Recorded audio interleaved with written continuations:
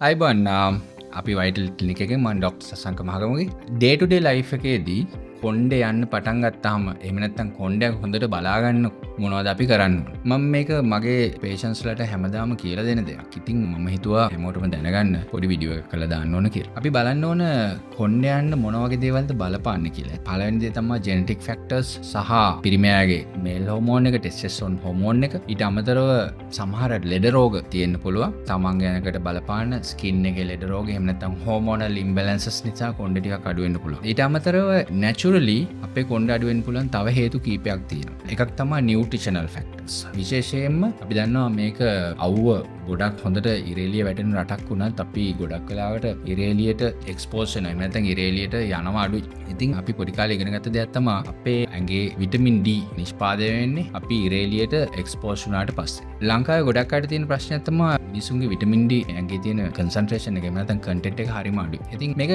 ටිකක් කොණ්ඩේට බලපානවා. ඒ නිසා අපි බලන්න ඕන අපේ නියුට්‍රිෂන් පැත්ත. එහෙම නැත්නම් පෝෂණයේ පැත්ත බලන්න ඕන. අංක එක විදිහට නැචරල් ෆුඩ් වලට යන්න හැමදාම අමුවෙන් කොළ සැලඩ් එකක් ගොටු කොළ මුගුණු වෙන්න. අපිට පුළුවන් හැමදාම එක වේලකට හෝ එක කොළ జాතියක් පාවිච්චි කරන්න.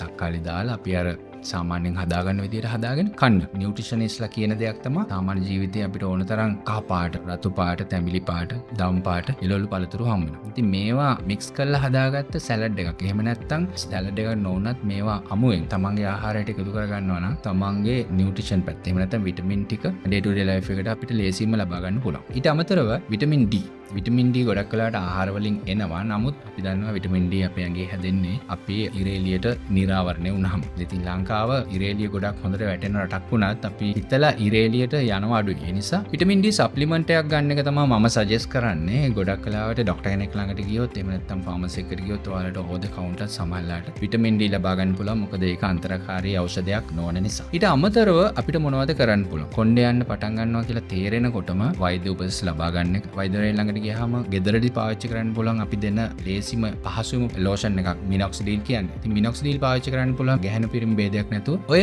මම කියපු බොහොම සරල හේතු ප්‍රතිකාරක ඊට අමතරව නියුට්‍රිෂන් පැත්ත ගත්තොත් හොඳ ප්‍රෝටීන් ඉන්ටේක් එකක් තියෙන්න ඕන. අපි දන්නවා කෙරටින්. කෙරටින් කියලා කියන්නේ ප්‍රෝටීන්. ඉතින් කොණ්ඩයක් හැදෙන්න නම් එහෙම නැත්නම් කොණ්ඩයකට විතරක් නෙවෙයි මුළු ශරීරයේ සියලුම අවයවවල ෆන්ක්ෂන්ස් ටික හොඳට ක්‍රියාත්මක වෙන්න නම් අපි හොඳ ප්‍රෝටීන් ඉන්ටේක් එකක් ගන්න ඕනේ. තමන්ගේ ඇඟේ බරත් එක්ක ගැළපෙන විදිහට හදා ගන්න පුළුවන්. වෛද්‍යවරයෙක් ළඟට ගියොත් එහෙම නැත්නම් ඉන්ටර්නෙට් එක පරිශීලනය කරොත් ඕනම කෙනෙකුට තමන්ගේ ඇඟට අවශ්‍ය ප්‍රෝටීන් ප්‍රමාණය කොච්චරද ඒක අපි ඩේ ටු ඩේ ලයිෆ් එකේ තියෙන නියුට්‍රිෂන් සප්ලිමන්ට්ස් වලින් බිත්තර මස් මාළු වලින් කොහොමද ලබා ගන්න කියන එක හරිම ලේසියෙන් හොයාගන්න පුළුවන්. ඇත්තටම ওই ටික තමයි මම හිතන්නේ ගෙදරදී අපිට කරන්න පුළුවන් සහ තමන්ට මේන්ටෙනන්ස් විදිහට කොණ්ඩේ සම්බන්ධයෙන් කරන්න පුළුවන්. ඉතින් ඊට අමතරව කොණ්ඩේ සම්බන්ධ ගැටලුවක් තියෙනවා නම් මම හිතන්නේ හොඳම දේ එක්ස්පර්ට් කෙනෙක්ව හම්බ වෙන එක. hair clinic එකකට ගියොත් ඊට අමතරව PRP treatments, activa regenera, stem cell treatments සහ සමහර ඖෂධ වර්ග අපි පාවිච්චි කරනවා වෛද්‍යවරුන් විදිහට සහ ඊට අමතරව එතනිනුත් එහාට ගියොත් hair transplant එකකට එහෙම නැත්නම් කොණ්ඩේ සිටුවීමකට උනත් අපිට යන්න පුළුවන්.